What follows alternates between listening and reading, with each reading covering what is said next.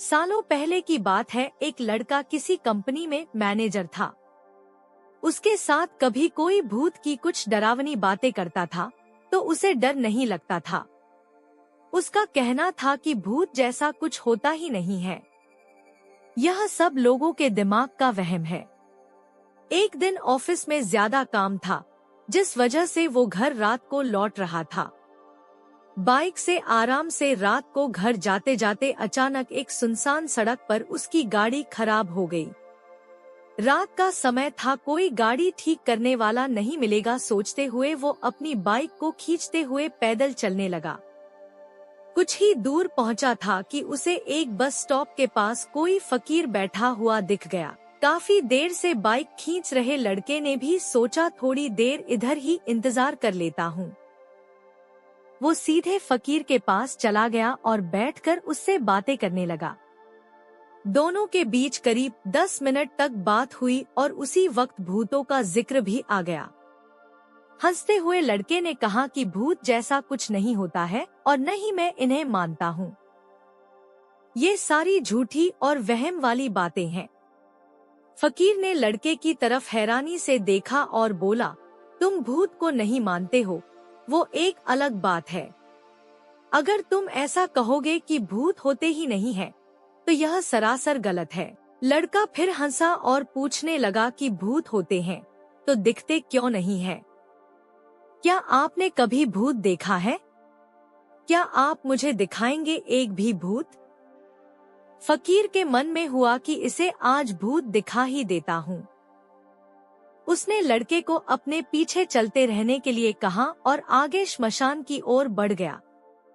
सुनसान रास्ते में दोनों पैदल चल रहे थे। अब लड़के को थोड़ा डर लगने लगा, लेकिन हिम्मत करते हुए वो आगे बढ़ा।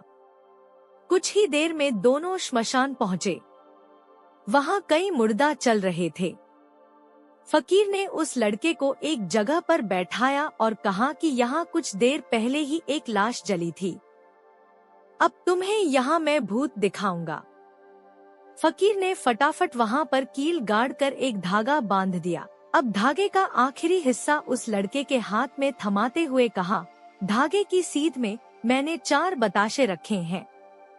इन्हें खाने के लिए 4 आत्माएं आएंगी।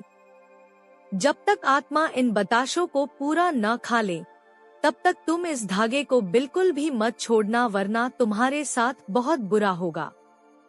इतना कहकर फकीर ने लड़के को आंखें बंद करने के लिए कहा और खुद मंत्र पढ़ने लगा। लड़के को फकीर की बातें सुनकर थोड़ा डर लगने लगा, लेकिन वो धागे को तेजी से पकड़कर आंखें बंद करके हुए बैठ गया। कुछ देर मंत्र पढ़ने के बाद साधु ने उसे आंखें खोलने के लिए आवाज लगाई। लड़के ने जैसे ही आंखें खोली तो सामने 4 आत्माएं बताशे खा रही थी। उसे इस सब पर विश्वास ही नहीं हो रहा था। तभी उसकी नजर एक आत्मा पर पड़ी।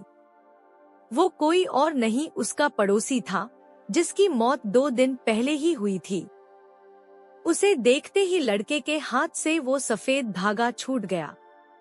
उसने घबराहट में आसपास उस फकीर को देखा, लेकिन वो मंत्र पढ़कर जा चुका था। अब डर के मारे वो तेजी से अपने घर की ओर दौड़ने लगा। इस दौरान उसे कोई बार बार उसका नाम लेकर पीछे से आवाजें दे रहा था, लेकिन वो मुड़ा नहीं। किसी तरह से वो घर पहुंचा और डरते डरते ही सुबह हो गई।